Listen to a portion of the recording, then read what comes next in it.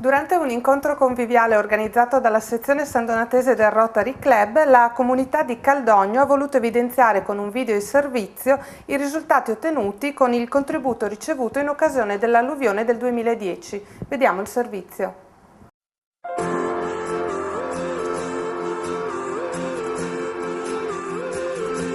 Don't wanna see the stars, don't wanna see the moon.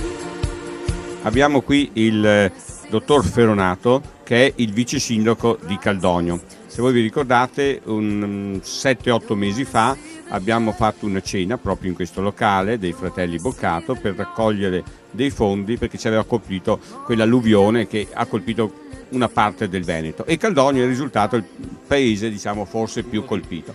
Ecco, il vice sindaco qui, che è un medico, quindi un collega mio, adesso ci dirà qualcosa per capire se esiste ancora il problema Caldogno. Caldogno è stato uno tra i paesi più alluvionati del 1° novembre 2010.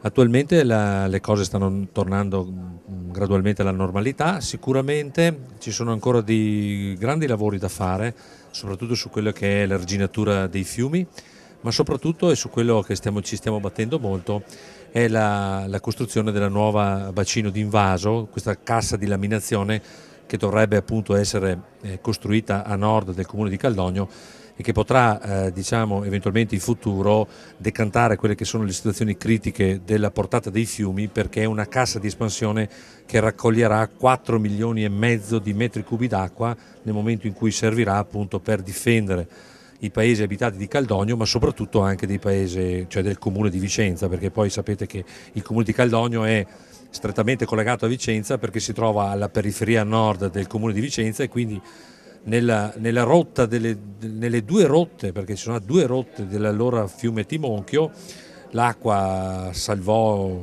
per una buona parte anche quella che era il comune di Vicenza. Come ha visto lei la trasformazione di Caldogno? Si è visto qualcosa di positivo poi? Allora, come si dice, non tutto il male viene per nuocere. Noi abbiamo visto un grandissimo un risveglio del senso di comunità, del senso di partecipazione, per cui pur nella disgrazia, pur nella difficoltà, i cittadini hanno dimostrato di essere comunque una comunità unita e si sono attivati. Noi abbiamo fatto la nostra piccola parte, voi avete fatto la vostra e siamo qui per ringraziarvi veramente di cuore. Non mancano le difficoltà, però insomma diciamo che la situazione è assolutamente buona.